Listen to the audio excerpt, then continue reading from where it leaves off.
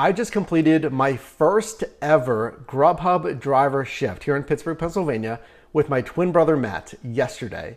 And in this video, I want to give you a complete breakdown, really getting you familiar with the Grubhub driver app, comparing it to other food delivery apps, and going over our experience yesterday, including an entire earnings breakdown. So stay tuned here. You're going to be surprised with our earnings and specifically how Grubhub compares with some of those other apps. Welcome to the channel. My name is Mike. On this channel, I help you with the gig economy, your side hustle, your full-time hustle, making money and creating multiple revenue streams. So if you are new here, consider subscribing. And speaking of your hustle, get the very best accessories for that hustle. That linked down below in my Amazon storefront. So understandably, being our first shift here, there's certainly a lot to cover here. So let me just set up your expectations for this video. Number one, like I mentioned, I want to give you an intro to Grubhub, how you're paid, just things to expect, different features of how to go online. Number two, going over our experience driving yesterday.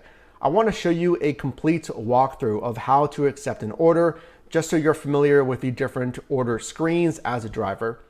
And then number three, of course, we need to go over the numbers, see how we did, compare that with maybe average or expected earnings, and then an overall verdict. So number one, probably one of the most important things to even decide, is this even worth it, is the pay, right? So let's go over how you're actually paid as a Grubhub driver. So straight from Grubhub, this is how you're paid as a driver. So we can see here what you're paid per offer, or of course, AKA per order. You'll be paid a per offer amount, the delivery pay plus 100% of the tips for every order you deliver. And then interestingly here, the Grubhub contribution, if you're delivering during a block, we'll talk about that. You can schedule blocks or just go online. If you have a block and you make less than $11 per hour for that day, Grubhub will contribute pay. And it continues, they'll contribute pay so that you receive a minimum of $11 per hour during that block. Now to qualify for that, you need to accept at least 90% of the prospective orders. I just want to let you know, in my opinion, and really the premise of this channel here, is to have you be a top 15% driver earner. So in my opinion, if you are scheduling blocks, I don't want you to have this Grubhub contribution. I don't want you to be at $11 per hour. Really, my goal for you is, $17, $18, $20+ per hour in gross revenue. So continuing with pay here, we'll see this a little bit later in our order breakdowns here, but I will give you one example to start here. So we're seeing here when it comes to pay, we're going to get that delivery pay, which actually constitutes a pay for time and a pay per miles, and then that tip if included as well. Now I'm calculating here in Pittsburgh, Pennsylvania, a pay per mile of 23 cents. Now, I would imagine that does vary based on your market, but food for thought here. So 23 cents per mile, and then there is a time pay. Typically that's translated as pay per minute. Okay, so there is some features of how you're paid as a Grubhub driver. Now, how do you actually go online to start making that pay? There's two options. So number one, you can go online immediately as long as that marketplace is open. It has the Grubhub service. You can go online at any time. Then option number two, you can schedule a block. So let's take a look at going online immediately. Now this is actually translated to unavailable or available to take tasks. Now tasks, AKA that's an order. So again, as long as you're in an area that the marketplace is open, it's active, it has Grubhub, you can go online using the available feature. And then option number two, going online to schedule blocks. Now, why would you want to schedule a block versus going online immediately and going from there? So looking at the official verbiage from Grubhub, we can see here, what are scheduled blocks? And they continue, scheduling blocks allows you to create a flexible schedule to earn when you want without interrupting life. Now, pay attention to this. It also says they also give you the opportunity to receive more orders and potentially higher earnings. So after doing some research on that and just reading what other drivers are saying, there is a benefit to the scheduling function versus going online now, or that available now feature. So you will get the priority orders if you have scheduled blocks. But it does seem to be a little bit less flexible than just going online, going offline as you please. Now again, this being really our first shift here, let us know down below in the comments. Do you have a preference? Are there other benefits to just going online versus scheduling?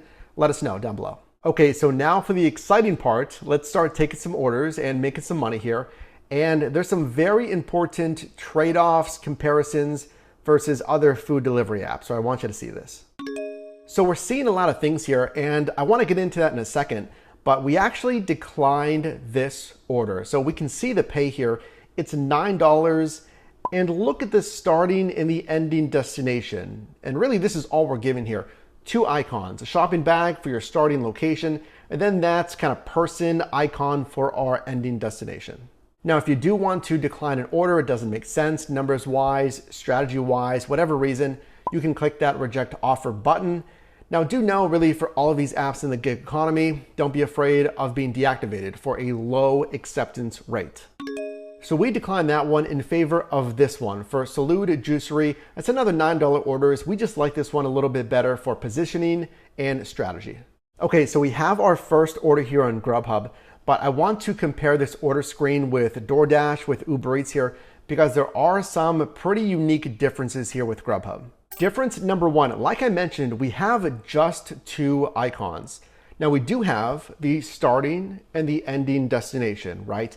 But we don't have any predicted route at all. Now with Postmates, we'll kind of see a predicted route. It's just a straight line. I don't think that's gonna help you too much as a driver here. Now, if we look at Uber Eats and DoorDash, we'll see an actual predicted route on both of those apps. But again, turning our attention back to Grubhub, we have nothing here. So in my opinion, market expertise is really going to be important on Grubhub, because you need to know, okay, from this pickup location to this drop-off location, how far is it? Because we can't even see the miles here. And then again, like we mentioned, we can't see a predicted route. So, okay, how is traffic? How really far is this? How are the roads, etc. All right, but what we do see the restaurant name. You'll see that on all apps. We see the address. We see if it's a single order or multiple orders, and then we see the payout. Now, important to note here, this payout actually does include the expected tip. It's not stated, you wouldn't know that anywhere on here, but that is good to know. And secondly, also good to know when it comes to strategy, is you have 90 seconds to accept this offer. Now, what I don't love is there's no animation, there's no countdown indicator. Now, Uber Eats, they will show you a visual bar that's decreasing. On DoorDash, they'll show you kind of a circular timer that is decreasing.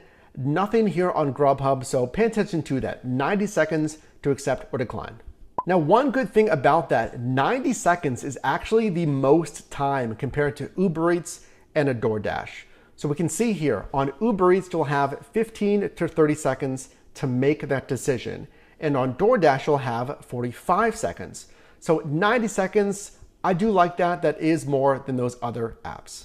Okay, so we like this order. So let's click accept and navigate to this restaurant. So the next step, once you arrive, you actually have to click arrived, as you can see here. Now with really all other apps, that's basically going to be done automatically. The customer is going to be updated automatically. But with the Grubhub, we actually have to click we've arrived. We'll make the pickup and then we'll click on got order. Okay, so we made our pickup. We can see that indicated by the screen check mark, and we can see the app updating to leaving. Now here's what a stacked order is going to look like on Grubhub. So we actually received this order, and again, you can accept, you can decline. We did accept this one, and you can see at the bottom, accept and add to queue. So a stacked order, that's just 2 assignments or more for one driver. But continuing our first delivery here. So now we've arrived at the customer's location, and again, we need to click arrived. And this one being a contact-free delivery, we see prompts for making the delivery. Now you may be asked to text the customer, as we can see here, or you can click continue to continue finishing that delivery. So once we've made that drop off, we need to click delivered, and then we actually need to swipe to complete and confirm that delivery. All right, so now that you have the framework for completing a Grubhub order, let's take a few more orders and make some more money. Now, as we're actually finishing that stacked order, we got another stacked order that was tacking on to that prior one. So this one, it's Ritter's Diner. It's $16.60. Now this one, we actually had a decent wait at the restaurant. I believe it was about 10 or 15 minutes. So really with all apps, Grubhub, the Postmates, Uber Eats, or DoorDash, if we canceled, that would hit our account for a cancellation rate. And generally, really on all of those apps, if you cancel too much after accepting, you can be deactivated. So we did actually wait for that one to complete the delivery. Now here's a good example of a stacked order on one order screen. So this one for Taco Bell, again, it's 2 orders and it's $24.34. That is a very strong payout, but let me know right now down below in the comments, knowing that, would you accept this one? So knowing that this one would kind of pull us out of the area, the ending destination, we knew it was a little bit slower in that ending destination, and possible delays at a Taco Bell, we did decline this one. But again, let me know down below in the comments, would you accept or decline this one? Now this is one that we actually accepted. You can see a lot less miles from our current location, which was the blue dot, to the pickup location. Now yes, it's another fast food restaurant, but this one typically isn't too bad. This Wendy's, $11.57, a very, very short delivery here, even not knowing the route or the miles. Versus this order request from Thai Table and Kitchen, again, do not be afraid to decline orders that don't make sense for you. We can see how far this one is, and yes, it's $19.67, but I would never accept this order unless I wanted to finish my shift or I was headed in this direction anyway. Similar thing here, we can also see this order request, $17.19.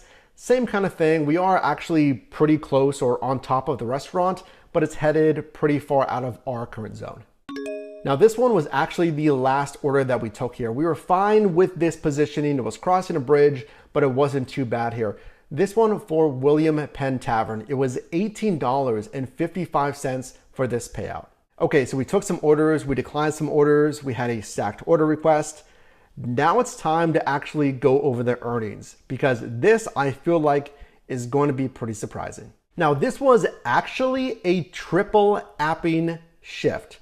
Now we talk about here on the channel is multi-apping. It's driving on different apps at the same time and selecting the best orders for you. Our first time really triple apping, however, so we were online with Grubhub, Uber Eats, and DoorDash.